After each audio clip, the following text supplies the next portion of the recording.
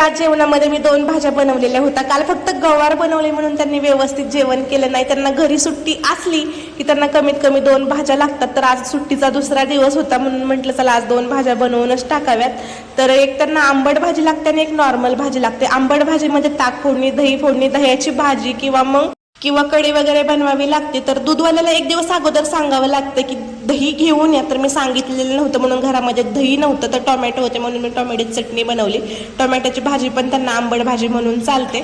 तर ते म्हटले तुझं राहिलेलं काम तू आवरून घे. तर मी कपडे धुवून येईपर्यंत त्यांनी पीठ मळून चपात्या वगैरे सर्व काही बनवून ठेवलेलं होतं. मी फक्त भाज्या बनवल्या आणि त्यांनी चपात्या बनवल्या. तर बॅचलरमध्ये राहायचा हा एक फायदा आहे. बॅचलरमध्ये राहणाऱ्या मुलाबरोबर लग्न जर केलं तर चपात्या एकदम भारी बनवून भेटतात. तर बघू शकता माझ्यापेक्षा पण मऊ लुसलुशीत अशा चपात्या बनवून त्यांनी रेडी करून ठेवलेल्या होत्या.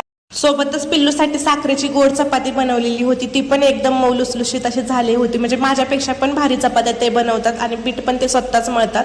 तर अशा छानपैकी चपात्या बनवून रेडी झालेल्या होत्या. तर 5 तारखेनंतर ना आपले व्हिडिओ जे आहेत ते रेग्युलर चॅनलवरती येत जातील. मोबाईलचा प्रॉब्लेम आहे, मी तुम्हाला अगोदरच सांगितलेलं होतं. तर आजचा व्हिडिओ एवढाच होता. तर आवडला असेल तर आपल्या चॅनलला लाईक, शेअर आणि सबस्क्राईब करा. आणि इंस्टाग्रामवरती पाहत असाल तर इन्स्टा पेजला फॉलो करा.